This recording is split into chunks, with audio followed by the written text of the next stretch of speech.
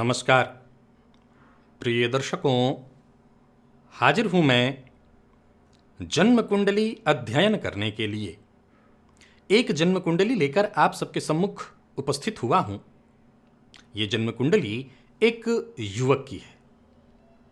ये युवक वर्तमान समय में विदेश में निवास कर रहे हैं। तो आइए हम सभी मिलकर इनकी जन्म कुंडली का अध्ययन करेंगे और इनके जो प्रश्न हैं उन सभी प्रश्नों का समाधान हम इनकी जन्म कुंडली से तलाशेंगे। तो सबसे पहले आप इनकी जन्म तारीख को नोट कर लीजिए। जन्म की तारीख है 3 सितंबर 1996 और जन्म का समय है प्रातःकाल 7:02 और जन्म का स्थान है अहमदाबाद, गुजरात। आप इनकी जन्म कुंडली का निर्माण करिए। मैं जन्मकालीन पंचांग के बारे में आपको बता देता हूँ। मंगलवार के दिन इन्होंने जन्म लिया है, भाद्रपद मास में, और कृष्ण पक्ष की षष्ठी तिथि को। यहाँ गौर करिए कि चंद्रमा के पास अभी पक्ष बल है। अगर हम षष्ठी तिथि को चंद्रमा को पापग्रह मान लेते हैं या अष्टमी को, तो अष्टमी को मानते हैं पापग्रह, तो चंद्रमा के पास षष्ठी तक अभी पक्ष बल रहता है। और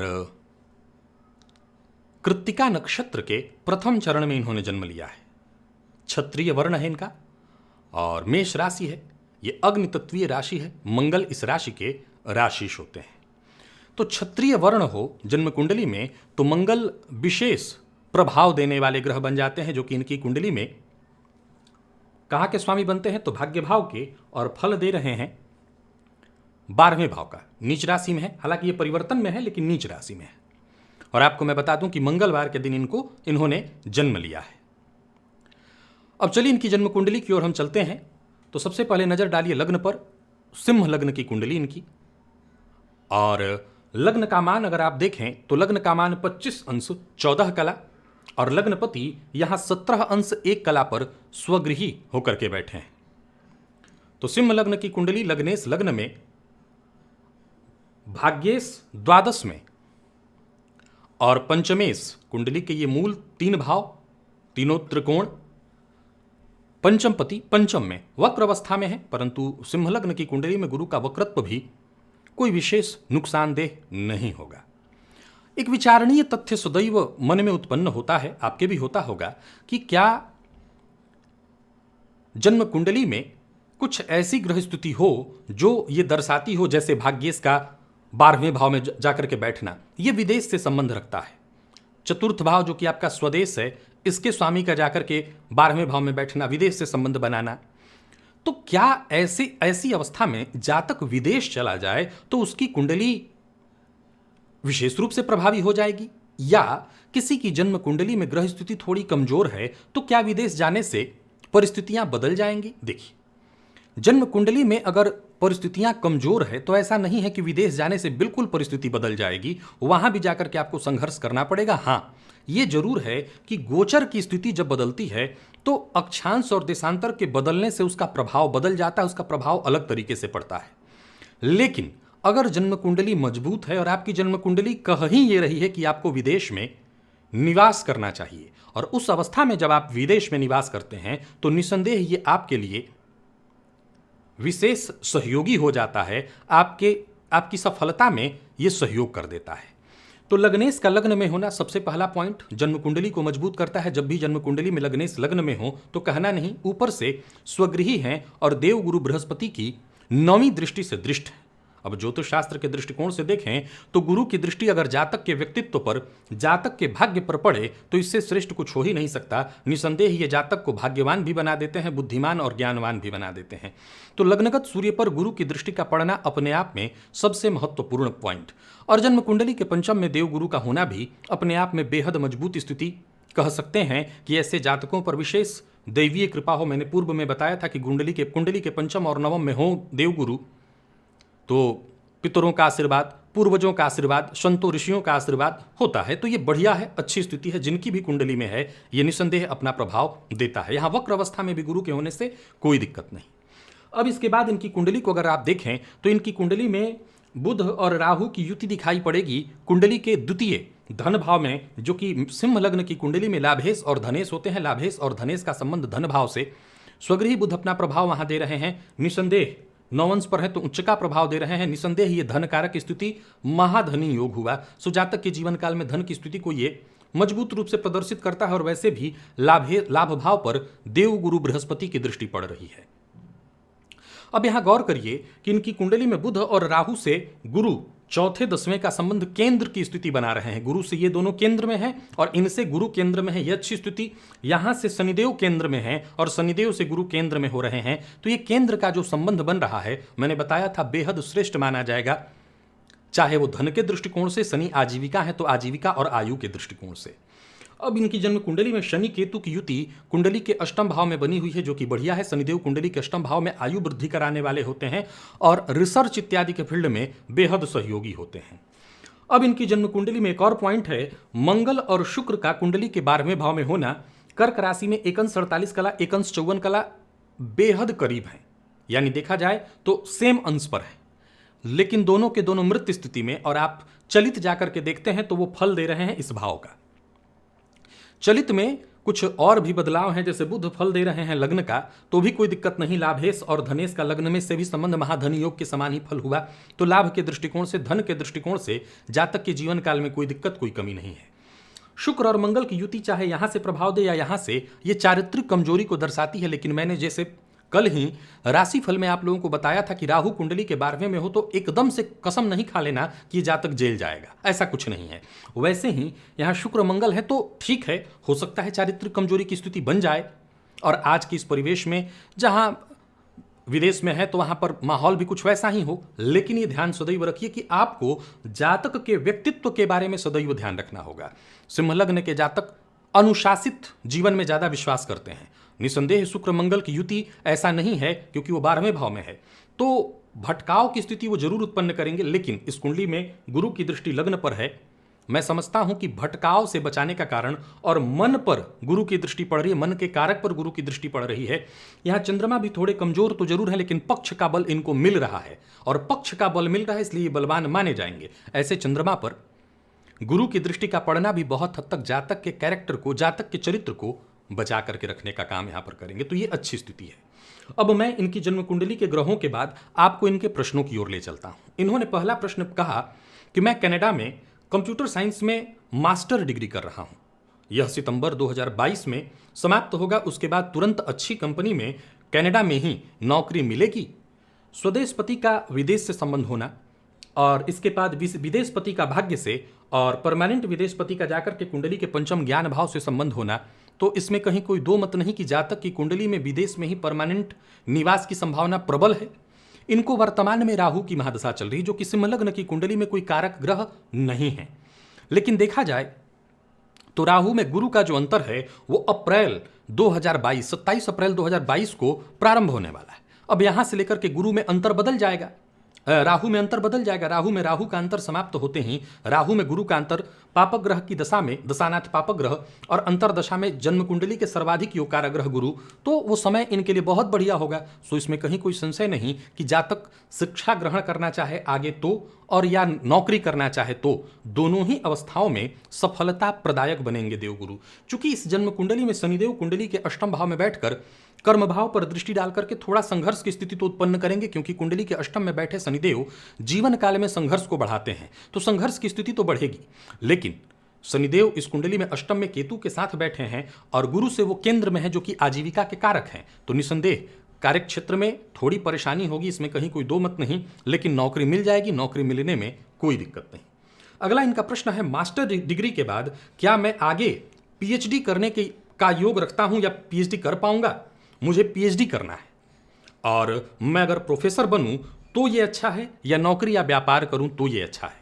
मैं आपको बता दूं कि आपकी जन्म कुंडली सिंह लग्न की है, और आपकी जन्म कुंडली सिंह लग्न की राशि आपकी देखी जाए तो मेष, ये नौकरी की जन्म कुंडली है। आपको नौकरी में ही आगे बढ़ना चाहिए और नौकरी ही करना चाहिए, व्यापार की तरफ आप मत बढ़िए। अब सवाल उठता है कि सिंह लग्न की कुंडली है, क्या जातक व्यापार नहीं कर सकता? कर सकता है। सिंह लग्न के जातक स्वतंत्र व्यापार कर सकते हैं, ये पार्टनरशिप में व्यापार नहीं कर सकते। इनको जो भी व्यापार मिलता है, जो भी व्यापार करना है, स्वतंत्र करें, उसी में सफलता मिलेगी। चूंकि अग्नि तत्वीय लग्न और अग्नि तत्वीय राशि होने के कारण आपके अंदर थोड़ा पेशेंस कम होगा। हालांकि सिंह लग्न के जातक सहनशील होते हैं, अपने आप में शांत रहने वाले, एकाकी प्रवृत्ति वाले होते हैं और व्यापार में मिलनसार होना बेहद आवश्यक है। सो आपको निसंदेह पढ़ाई आगे करके नौकरी की तरफ ही लगना चाहिए। और जैसा आपने मुझसे पूछा है कि प्रोफेसर बनूं, ये अच्छा है नौकरी या व्यापार? नौकरी, आप निसंदेह प्रोफेसर बनने का प्रयत्न करिए। पंचम में बैठे गुरु। अब सवाल उठता है कि ये गुरु शनि की दृष्टि से दृष्ट है। नोट करिएगा इस पॉइंट को कि शनि की दृष्टि गुरु पर है और गुरु पंचम पति बनकर के पंचम में बैठे हैं, तो क्या ये भावनाश करेंगे? इसमें कहीं कोई दो मत नहीं कि यही वो स्थिति है जहां देव गुरु बृहस्पति भावनाश करने की अवस्था में आ जाते हैं। लेकिन मैंने बताया था कि अगर गुरु के पास अंश बल है, 14 अंश पर गुरु बैठे हुए हैं, तो इस अवस्था के गुरु, इसमें कहीं कोई दो मत नहीं कि संतान शिक्षा सब देंगे। हो सकता है थोड़ी बाधा, थोड़ी दिक्कत आए, लेकिन संतान शिक्षा सब देंगे। और गुरु और शनि का ये चौथे 10वें का जो संबंध है, केंद्र का संबंध, ये भी सहयोग करेगा। फलतः आपकी शिक्षा भी हो सकता है थोड़ी दिक्कतें आए, लेकिन पूरी होगी। अब दिक्कत क्यों आएगी? देखिए, यहां यह भी बहुत आवश्यकता होता है जन्म कुंडली अध्ययन में कि मान लिया जाए हमने जन्म कुंडली में देखा कि गुरु कुंडली के पंचम में बैठे हैं और शनि की दृष्टि पड़ने के चलते हाँ कारको भावना से सूत्र लागू होगा। अब जातक के जीवन काल में जातक की शिक्षा, जातक की बाकी का जीवन बाधित होने वाला है। तो सवाल उठता है कि हम सीधे इस पर कूदें या कुछ और भी चीजों को देखें। मुझे लगता है कि यहीं पर जरूरत पड़ती है कि आपको दशा देखना चाहिए। तो राहु की महादशा निसंदेह शिक्षा में बाधा उत्पन्न करने वाली होगी, जो कि वर्तमान समय में है। राहु में राहु का अंतर, कहीं ना कहीं इनकी शिक्षा में उतार चढ़ाव की स्थिति चल रही होगी। लेकिन जस्ट मैंने कहा गुरु आ जाएंगे 22 के अप्रैल में और गुरु फिर अपना काम संभाल लेंगे। तो राहु में गुरु का अंतर शुरू होते ही आगे की शिक्षा ठीक ठाक ढंग से चल जाना, पढ़ाई पूरी हो जाना, आपकी पीएचडी की जो इच्छा है वो पूर्ण हो जाना और फिर जैसा कि मैं समझता हूं प्रोफेसर बनना। अब सवाल उठता है कि पहले आप नौकरी करेंगे या पीएचडी? मुझे लगता है कि नौकरी जब करने लग जाएंगे तो फिर प्रोफेसर बनने के लिए कम से कम पीएचडी वगैरह हो जाए तो ज़्यादा अच्छा होगा। मुझे लगता है कि आपको आगे अपनी पढ़ाई करनी चाहिए। परंतु अगर आप सोचते हैं कि मैं पढ़ाई पूरी होते ही सितंबर के बाद नौकरी ले लूं, तो वो भी आपको मिल जाएगा, लेकिन ज़्यादा उचित होगा आगे की पढ़ाई करिए और प्रोफेसर बनिए। क्या मैं नौकरी और व्यापार दोनों एक साथ कर पाऊंगा? 2037 तक अभी आपको राहु की महादशा है। मेरी राय है कि आपको अभी नौकरी ही करनी चाहिए। अपने आप को मजबूत स्थिति में करिए। विदेश में ही आपको आगे का समय बिताना है, विदेश में ही आपका भविष्य है। तो आप अपना एक व्यवस्थित अपना बना लीजिए, घर गाड़ी इत्यादि जो एक सामान्य जरूरत की चीजें होती हैं वो सब कुछ कर लीजिए। फिर इसके बाद आप व्यापार के बारे में सोचिएगा। सेल्फ व्यापार आपको करना है और व्यापार बढ़िया चलेगा। परंतु अभी रुकिए, अभी व्यापार के लिए कुंडली नहीं कह रही है, उम्र भी आपका नहीं कह रहा, तो दोनों को एक साथ ले आइए पहले। यानी उम्र भी आपका हो जाए, परिस्थिति भी आपकी हो जाए, फिर व्यापार कर लेंगे। देखिए, जरूरी नहीं है कि जीवन में किसी को आगे बढ़ना है तो बहुत पहले से ही उसकी तैयारी करेंगे तब जाकर के। आगे बढ़ने के लिए 1 वर्ष, सफल होने के लिए एक श्रेष्ठतम 1 वर्ष चाहिए होता है और बाद होने के लिए सबसे बुरा दिन 1 दिन होता है। 1 दिन व्यक्ति को बर्बाद कर देता है। 1 दिन ही पर्याप्त है आपको बर्बाद करने के लिए, और आबाद करने के लिए 1 साल, एक बढ़िया 1 साल मिल जाए तो आप आबाद हो जाएंगे। तो जरूरी नहीं है कि हम अभी से लगेंगे तब जाकर के हम कुछ सोच पाएंगे, नहीं। निसंदेह पूत के पांव पालने में ही दिखते हैं। करने वाले तो पहले से ही करते हैं, लेकिन इसका यह मतलब नहीं है कि आज से ही हम कमर कस लें, ये भी कर लें, ये भी कर लें। सभी नावों पर पैर रखने वाले भी सफल नहीं होते। तो एक साधे सब सधे। मुझे लगता है नौकरी और उसके बाद फिर व्यापार का समय आएगा। जैसे जैसे आपकी उम्र आगे बढ़ती है, आप उम्र के आगे के पड़ाव में पहुंचते हैं।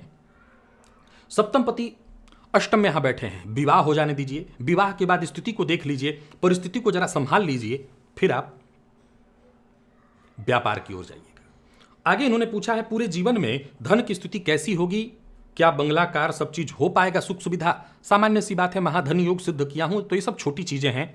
चतुर्थ पति जाकर के 12वें भाव में बैठे हैं नीच राशि में। यहां गौर करिए, नीच भंग हो रहा है, परंतु 2-3 पॉइंट बहुत आसानी ध्यान से समझना होगा। मंगल का नौमांश में भी नीच का होना एक, दूसरा जन्मांक में भी नीच का होना। तो प्रायः ऐसा नहीं है कि दोनों जगह नीच नीच का हुआ तो उच्च का के समान फल देगा, नहीं। परंतु मंगल षडबल में बली है, तो मंगल के पास षडबल में बल होना और क्षत्रिय वर्ण का आपका होना, मंगलवार के दिन का आपका जन्म होना, यानी ये पूरी कुंडली किस चीज पर बेस्ड हो गई? पराक्रम पर, क्योंकि मंगल पुरुषार्थ और पराक्रम के कारक हैं। अब यहां से मंगल की दृष्टि पराक्रम भाव पर है भी, तो पराक्रम से आप पीछे मत हटिए। अब नीच के राशि में होने का यह मतलब नहीं है कि आपको वो आगे नहीं बढ़ने देंगे, पुरुषार्थ कराएंगे, संघर्ष कराएंगे और इसी संघर्ष से आपको आगे का रास्ता मिलेगा। तो संघर्ष का चुनाव कर लीजिए। यही संघर्ष आपको जीवन काल में, यही पुरुषार्थ आपको जीवन काल में सफलता की नई ऊंचाइयों पर ले जाएगा।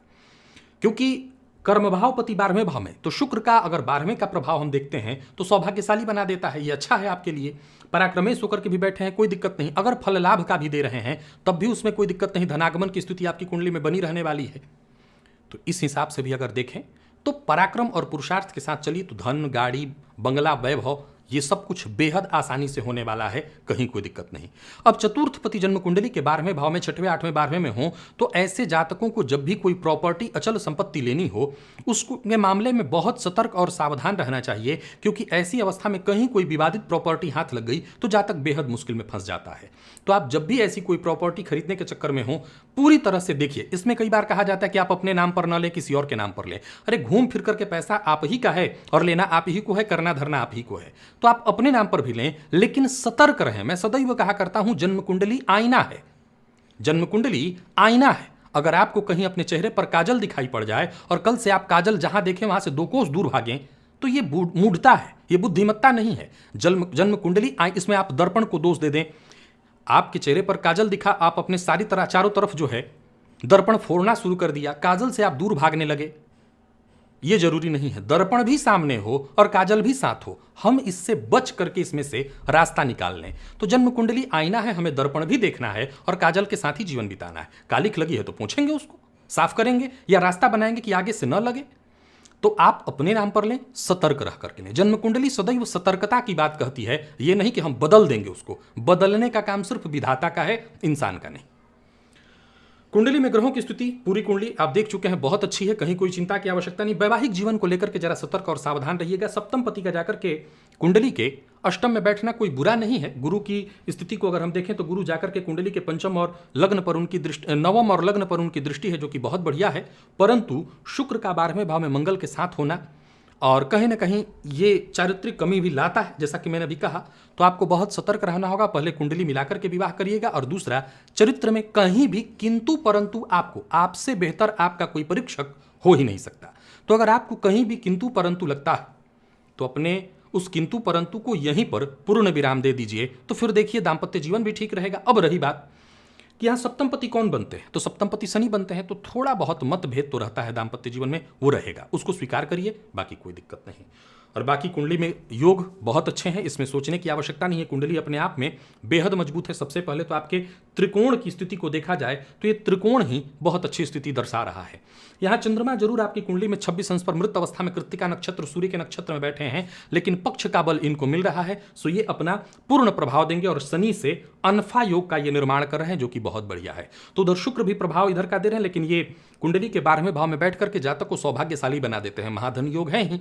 गुरु सूर्य का नवम पंचम, गुरु चंद्रमा का नवम पंचम, ये अपने आप में बेहद महत्वपूर्ण स्थिति है। क्या करना चाहिए? सबसे पहले जैसा मैंने कहा, चरित्र पर नियंत्रण बेहद आवश्यक है। अगर एक बार जीवन को अनुशासित आपने बना लिया तो आपका जीवन पूरी तरह से बहुत बढ़िया हो जाएगा। राहु की महादशा चल रही है, सो गलत चरित्र, गलत कार्य, इन सब चीजों से बचिए। राहु या कोई भी ग्रह, चाहे वो शनि हो, राहु हो, कभी भी आपको आपके जीवन काल में कोई कष्ट दे ही नहीं सकते अगर आप नियंत्रित जीवन रखें। अब सवाल उठता है कि जब सबको नियंत्रित ही रखने लगेगा तो ग्रह का प्रभाव ही नहीं रह जाएगा। नहीं, ऐसा नहीं है। चंद्रमा को वो पकड़ते हैं और चंद्रमा को वो नियंत्रित कर लेते हैं। चंद्रमा को अगर आप नियंत्रित कर लें, जो कि आपकी कुंडली में गुरु कर रहे हैं, तो आप अपने मूल स्वरूप के अनुसार, यानी बुद्धि विवेक के साथ, एकदम सहज और सरल जीवन, जिसमें न तो कोई वैसा चारित्रिक दुर्गुण हो। इंसान के जीवन में सबसे बड़ा दुर्गुण चारित्रिक दुर्गुण के रूप में होता है। इस पर अगर आप नियंत्रण रख लें तो कोई दिक्कत ही नहीं होगी। गुरु कुंडली के पंचम में बहुत अच्छी स्थिति में बैठे हैं। जहां भी रहिए, विदेश में भी हैं, जो भी मंदिर आसपास दिखे, जब भी आपको समय मिले मंदिर में जाकर के दर्शन करिए, इससे आपको बेहद फायदा मिलेगा। गुरु कुंडली में अष्टम पति बने हुए हैं, सो मैं सदैव कहा करता हूं सन्यासी का जीवन होना चाहिए। अब यहाँ सन्यासी का मतलब फास्ट फूड पर जिंदा रहिएगा तो मुश्किल में पड़िएगा, पेट का रोगी हो जाइए, और पेट के रोगी हो जाएंगे तो फिर कब पैसा कमाएंगे और घर गाड़ी लेकर के क्या करेंगे। तो खान पान पर नियंत्रण, जितना हो सके सादा भोजन, उबला भोजन, यही आपके जीवन को सुरक्षित करेगा। साथ ही साथ एक सोने का छल्ला बनवा करके तर्जनी उंगली में उसको डाल लीजिएगा, इससे आपको फायदा मिलेगा। केसर का तिलक प्रत्येक गुरुवार को अपने माथे पर किया करिए, इससे आपको फायदा मिलेगा। सूर्य भगवान को नियमित अर्घ्य प्रदान किया करिए, सूर्यार्घ्य से आपको फायदा मिलेगा।